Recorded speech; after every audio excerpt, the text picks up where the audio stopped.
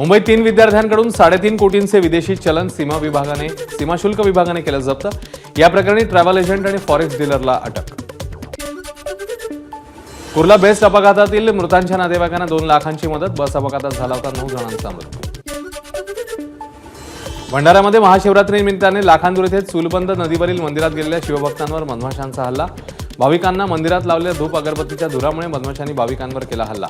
10 पेक्षा अधिक भाविक जखमी। परभणीच्या गंगाखेड तालुक्यातील धाराशिव येथील प्राचीन गुप्तेश्वर महादेव मंदिरात महाशिवरात्रीचा उत्साह। दक्षिण वाहिनी असलेल्या गोदावरी तटावर अमृत स्नान उत्सवाचं आयोजन। महाकुंभामध्ये स्नान करणाऱ्या भाविकांवर प्रशासनाकडून हेलिकॉप्टरद्वारे पुष्पवृष्टी। महाकुंभातील शेवटच्या स्नानाच्या दिवशी लाखो भाविक संगमावर। वाराणसी महाशिवरात्री निमित्ताने भाविकांची गर्दी। इटलीमधून आलेल्या महिलांनी म्हटलं शिवतांडव। काँग्रेस नेते शशी थरूर यांच्या संदर्भात केरळमध्ये काँग्रेस नेत्यांची 28 फेब्रुवारीला बैठक। सूत्रांची माहिती, थरूर यांच्याबाबत कोणतेही भाष्य करू नये असा काँग्रेस नेत्यांना सल्ला।